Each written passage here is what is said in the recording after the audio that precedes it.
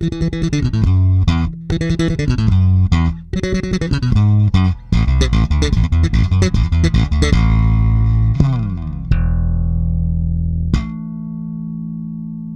everyone and welcome back to Bass Series. Today we will talk about the double thumping technique and why it is so hard to do. The double thumping technique is probably made famous by the great Victor Wootens. If you haven't listened to A Show of Hands album, make sure you will and you will understand what I mean. Especially the classical thump is a lesson about slapping and double thumping. Double thumping is so hard to do because you cannot dive into it directly before you correct your regular slapping or taking care of your bass. First, let's have a look at our bass. If your action is too high, double thumping will be so hard to do. Even the slapping will be so hard to do because you can't get the response you need to get from the strings. So you can't hear yourself, hence you can't double thump. So make sure your action is considerably low and you have a good setup on your bass. To set up your bass correctly, you also need a fresh pack of strings. If your strings are too old, you cannot set up your bass and you can't get the feedback you need to get from the strings. The same deal applies, you cannot play. Let's have a look at our regular slapping technique. If your thumb is not parallel to the strings when you slap, if you're slapping like flea, like this, you cannot double thump. Your thumb has to be parallel to the strings so you can apply technique. So the first thing you need to do if you want to do double thumbs is correct the angle of your thumb. Second thing is, if you slap on the fretboard, right on the fretboard, when you want to do double thumping, there is not enough space here to do the double thump correctly. So move your thumb where the fretboard ends and slap and double thump there. Sometimes you see players like Victor Wootens playing in this area, especially if they are playing fast. They are using this area as a ramp, but when they are teaching the double thumping, they teach right over there.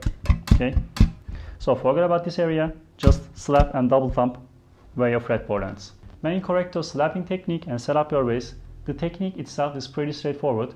The idea is using your thumb as a pick. Like a guitar player, you're going down and up. That's especially the core of the motion. You go through the string and land on the higher one.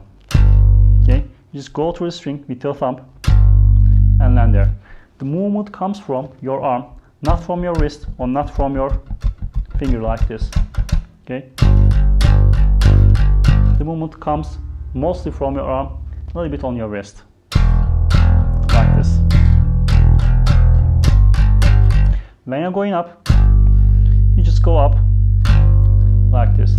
Another common question is, which part of our thumb should I come up with? The answer is, you don't think about it. If your thumb is parallel to the strings, when you come up, you strike with the correct part, which is mostly your nail and your knuckle. When you're playing the high string on your bass, in this case the G string, there is no high string to land on, so it will land on the pick guard. Don't go too far. Just land right next to the string and come up. Same deal, but the distance is a little bit more than slapping the inner strings. So be more careful when you slap the G string.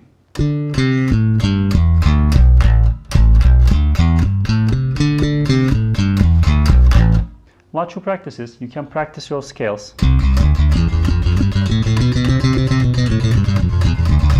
Even the simplest major scale will do. Double thumping can be integrated into everything you play. Start with the scales, then go more complex. Another thing, if you analyze the Victor Wootens technique, you see that he doesn't slap regularly, he only slaps with double thump. When he wants to slap regularly, he just goes down. Without going up, he goes down again. You see him slap like this. I don't do that myself. I like the Marcus Miller approach more, where you slap regularly and use the double thumping as an addition to your slapping technique. Alright, that's it for the regular double thumping technique.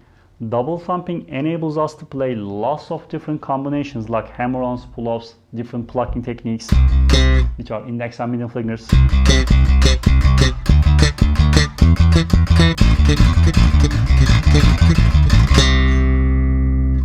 Make sure you get the fundamental right and we can talk about them later. If you want to keep notified when those videos come up, make sure you subscribe.